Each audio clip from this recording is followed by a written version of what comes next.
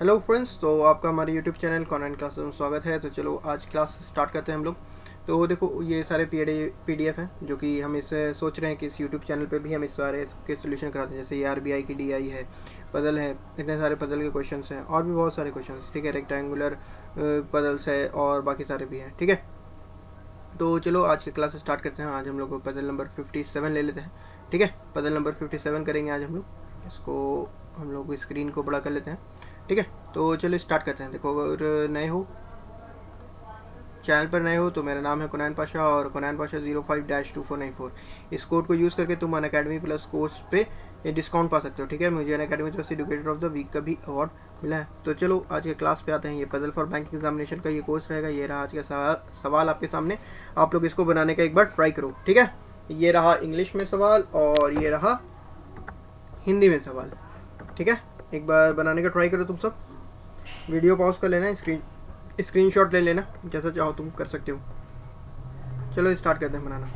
8 person ABCDEFGH are sitting around circular way in such a way all of them are facing towards center। तो हमको पता चल गया कि सर्कुलर सिटिंग अरेंजमेंट है और सब जो है वो सेंटर की तरफ देख रहे हैं। All of them like different colours, red, green, blue, yellow, orange, pink, white, grey, but not in same order. तो सब कोई डिफरेंट कलर लाइक करते हैं, ठीक है। तो यहाँ तक तो यूजुअल स्टफ हो गया। मेन जो कोर हिंट है यहाँ से स्टार्ट हुई है। F likes orange and sits opposite to the one who likes pink. F जो है ऑरेंज लाइक करता है और किसके अपोजिट है? पिंक के अपोजिट है, ठीक है। तो ये साइन दिखा रहा है ये जो है वो अपोजिट है, ठीक है। आगे बढ़ते हैं।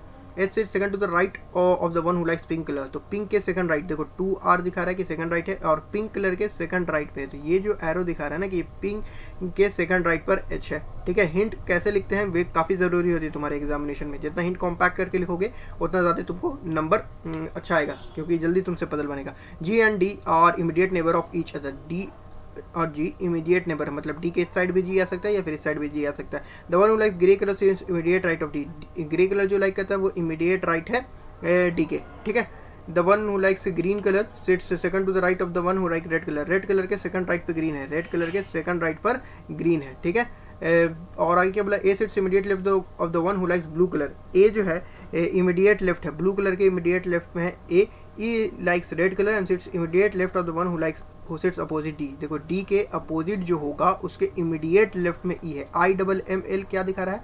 इमीडिएट लेफ्ट, मतलब डी है यहाँ पे, उसके सामने एक पर्सन होगा अपोजिट, उसके इमीडिएट लेफ्ट में हमारा ई है, ठीक है। ए डजंट लाइक व्हाइट कलर। ए को व्हाइट कलर पसंद नहीं है, तो ए यहाँ था, हम लोग लिख दिया कि ए को व्हाइट कलर पसंद नहीं है। सी डजंट लाइक पिंक कलर, यहाँ पिंक लिखा हुआ है, यहाँ पे क्रॉस करके लिख दो कि सी को पिंक कलर याद नहीं है। या फिर इसको भी ऐसे भी कर सकते हो कि सी पिंक नहीं लाइक करता है, इसको ध्यान में भी रख सकते हो, क्योंकि लास्ट ही लाइन तो है E is not an immediate neighbour of F. F का इमीडिएट नेबर ई नहीं है, ठीक है।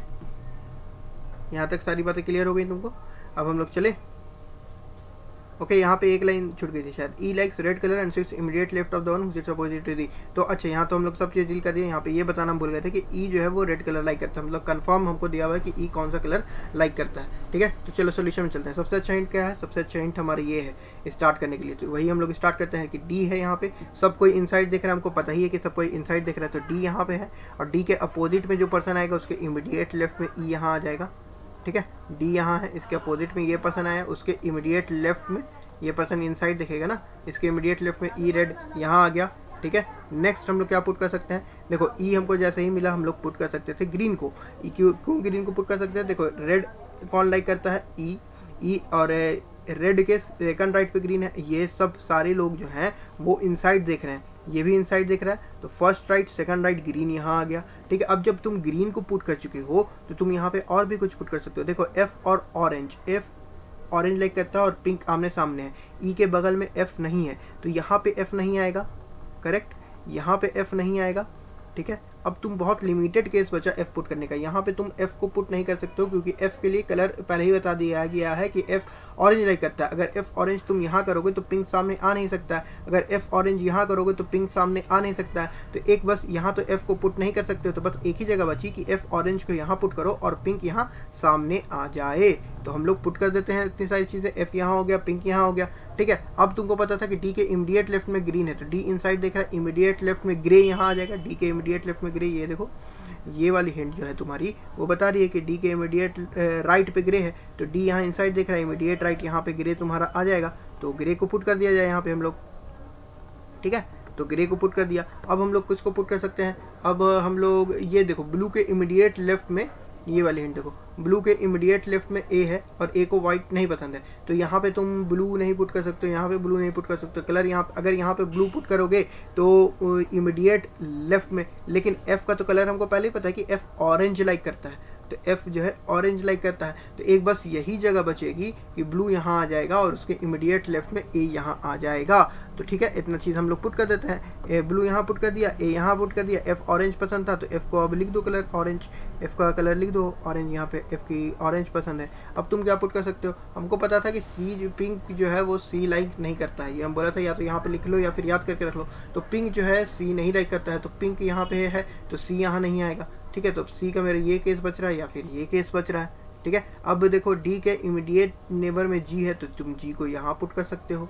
ठीक है, और क्या तुम पुट कर सकते हो, अब ई के ये वाला हिंट तुम पुट कर चुके हो, ये हिंट पुट कर चुके हो, ये हिंट पुट कर चुके हो। अब देखो पिंक के सेकंड राइट पे एच है, पिंक तुमको जैसे ही मिला है सबको इनसाइड दिख रहा है, तो एच तुम यहाँ पुट कर सकते हो, एच तुम यहाँ पुट कर दो, और तुम्हारा पता चल गया कि सी यहाँ आ सकता था या फिर यहाँ आ सकता था, तो सी यहाँ आ जाएगा।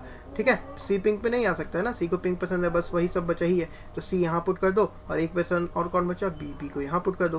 देखो तुमको हम नेक्स्ट स्लाइड में दिखा भी देते हैं सारी चीज़ें।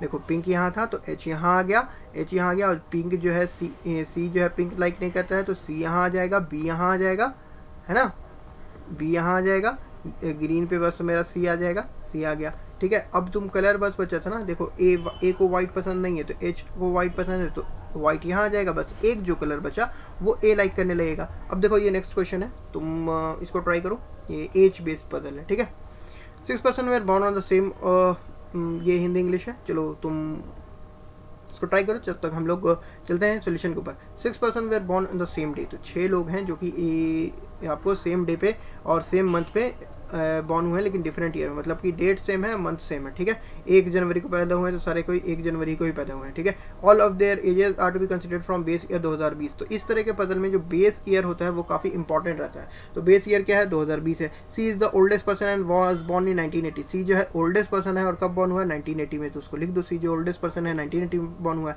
D is 7 year younger than C. C से 7 साल यंगर है डी, मतलब 7 साल छोटा है, मतलब कब पैदा होगा, 1987 में पैदा होगा। ठीक है, एंड 5 ईयर ओल्डर देन ए से 5 साल बड़ा है डी, तो कब पैदा होगा, ए 1992 में पैदा हो जाएगा। E is the youngest person in the group, E जो है यंगेस्ट पर्सन है ग्रुप में। ठीक है, बी इज 17 ईयर ओल्ड। अच्छा, यहाँ पे अगर तुम लोग चाहो ना, कितना कोई यहाँ पे कंफ्यूज हो जाएगा कि 2020 है, तो अगर 2000 को अगर तुम यहाँ पे अगर ले लोगे बेस ईयर, तो बी को तुम लिख दोगे 2017 में पैदाइश हुई है। इस वजह से ध्यान दिया करो कि बेस ईयर क्या है, बेस ईयर 2020 है, मतलब बी जो है 2020 में 17 साल का है, मतलब बी कब पैदा हुआ होगा, बी जो है 2003 में पैदा हुआ होगा। ठीक है, ये बात काफ़ी इंपॉर्टेंट थी तुम्हारे इसके लिहाज से, पजल के हिसाब से। तो चलो हम लोग नेक्स्ट स्लाइड पे थोड़ा चलते हैं। तुमको यहाँ पे देखो हम करके भी दिखाया कितना कोई यहाँ पे ये हो सकते हो कंफ्यूज। ठीक है, तो यहाँ पे हम लोग इसको काट देते हैं कि बी जो है 17 साल का है। ठीक है, अब यहाँ पे B 17 year, age difference of A and F is 6। A और एफ का एज डिफरेंस 6 है, हमको ये नहीं पता कि ए बड़ा है या फिर एफ बड़ा है, तो हम मॉड में ले लिया है कि इन दोनों का डिफरेंस जो है 6 साल का है। ठीक है, B is younger than F, who is younger than D. B जो है एफ से यंगर है और एफ जो है डी से यंगर है, मतलब डी सबसे बड़ा है, उससे छोटा एफ, उससे छोटा बी। ठीक है, यहाँ तक age difference between A and E is 9 year more than the difference between D and F.